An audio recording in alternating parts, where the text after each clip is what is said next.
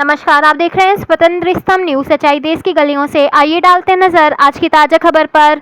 उत्तर प्रदेश के मुखिया योगी जी ने रायबरेली से कांग्रेस व सपा पर जमकर किया हमला। काकोरी लूट की घटना को भी बताया मछली पार्टी होने पर भी उठाए सवाल। ब्यूरो रिपोर्ट, स्वतंत्र स्तंभ न्यूज। काकोरी लखनऊ में 1925 में देश की आजादी के लिए ब्रिटिशर के द्वारा जो खजाना यहां से ले जाया जा रहा था, उस समय के क्रांतिकारियों ने उस पैसे को रोक करके भारत की स्वाधीनता के कार्य के लिए वहां उसको अपने कब्जे में लिया था, काकोरी ट्रेन एक्शन के रूप में। कांग्रेस ने क्या नाम दिया था उसका? काकोरी ट्रेन लूट घटना। अरे लूटा तो तुमने है पूरे देश को, बर्बाद किया है इस देश को। सबसे अधिक दिनों तक देश को लूट करके देश की संपत्ति को दुनिया के अंदर ठिकाने लगाने का काम किया है। काकोरी में ट्रेन लूट नहीं थी, अपना भारत का खजाना भारत के क्रांतिकारियों ने अपने कब्जे में लेकर के भारत की स्वाधीनता में उस पैसे को लगाया था। पंडित राम प्रसाद बिस्मिल हो, ठाकुर रोशन सिंह हो, चंद्रशेखर आजाद हो, या फिर उस अभियान राजेंद्र नाथ लाहिड़ी हो, ये जितने भी क्रांतिकारी थे, इन लोगों ने अपने कब्जे में लिया था उसको, देश की स्वाधीनता में उस पैसे का उपयोग किया था। लेकिन कांग्रेस है स्वीकार करने को तैयार नहीं। उनका तो ये मानना है कि डिस्कवरी ऑफ भारत, यानी जैसे कि कांग्रेस का ये एक परिवार के उदय होने के साथ ही भारत बना है। भारत आपने नहीं बनाया है, आपके परिवार ने भारत का विभाजन जरूर करवाया है, जरूर भारत का विभाजन करवाया है। भारत के विभाजन के आप दोषी हैं। भारत के नागरिकों के कत्लेआम का आपका परिवार दोषी है। भारत के लोकतंत्र को तोड़ने का और उसका गला घोंटने का दोषी आपका परिवार है। आपको देशवासियों से इसके लिए माफी मांगनी चाहिए। आपने हमेशा, आपके परिवार ने भारत की स्वाधीनता संग्राम सेनानियों का अपमान किया है, उन्हें उचित सम्मान नहीं दिया है।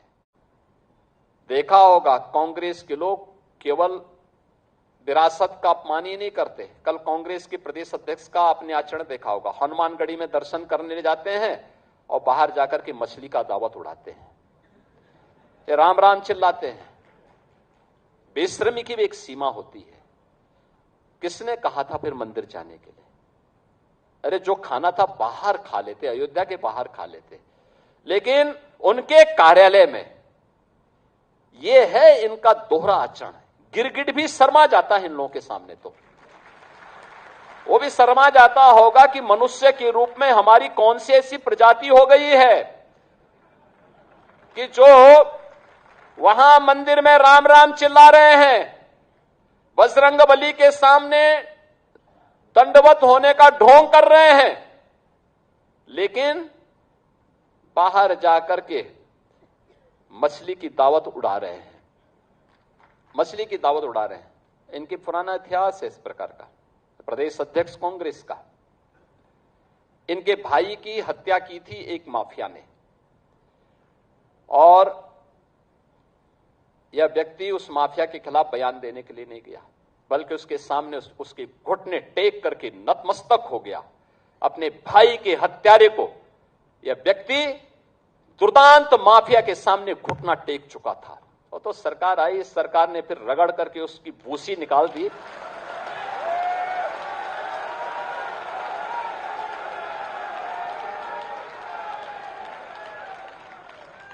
अन्यथा इन लोगों ने तो प्रदेश को माफिया प्रदेश बना दिया था, पहचान का संकट खड़ा कर दिया था। सर्वाधिक समय तक रायबरेली और अमेठी में कांग्रेस और कांग्रेस के द्वारा थोपे गए लोग जनप्रतिनिधि के रूप में नेतृत्व दिए हैं, लेकिन इन्होंने कभी भी भारत की आजादी के इन क्रांतिकारियों को इन नायकों को सम्मान देने का कार्य नहीं किया, क्योंकि सम्मान में ये मानते हैं कि सम्मान तो केवल यहां एक परिवार का होता है।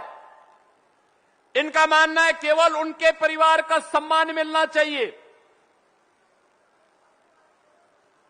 यानी केवल कांग्रेस का मानना है कांग्रेस को सम्मान मिले और समाजवादी पार्टी को कहना है कि केवल सफाई सिंडिकेट को सम्मान मिले। बहनों और भाइयों, ये सफाई सिंडिकेट एक दूसरा है। कोई भी गुंडा होगा आपके कस्बे में, आपके क्षेत्र में, आपके जनपद में, आपके प्रदेश में, वह गुंडा अपने को संस्कारों से समाजवादी पार्टी के नजदीक पाता है, उसके नजदीक पाता है। उनका काम था गरीब की जमीन पे कब्जा करना, व्यापारी से चौद वसूली करना, बेटी की सुरक्षा में सेंध लगाना और राहुल गांधी के ही संस्कारों में रंगे हुए समाजवादी पार्टी के बबुआ का भी एक बयान परसों आया है। कहते हैं समाजवादी पार्टी इसलिए नहीं टूटी क्योंकि हम तो एक ही परिवार के 5 सांसद हैं, यानी एक ही परिवार, यानी वे मानते हैं बाकी जितने सांसद उनके हैं वे सभी किसी लायक नहीं हैं, केवल एक परिवार के लोग ही सांसद हैं, इसलिए समाजवादी पार्टी बनी है। बहनों और भाइयों, ये लोग वोटों के सौदागर हैं। इन्होंने प्रदेश की पहचान के सामने संकट खड़ा किया था, उत्तर प्रदेश को उपद्रव प्रदेश बनाया था। दंगा, कर्फ्यू, भ्रष्टाचार, ये यूपी की नीति बन चुकी थी। गरीबी, बदहाली, ये यूपी की बदहाली बन चुकी थी। गरीब के हक पर डकैती पड़ती थी।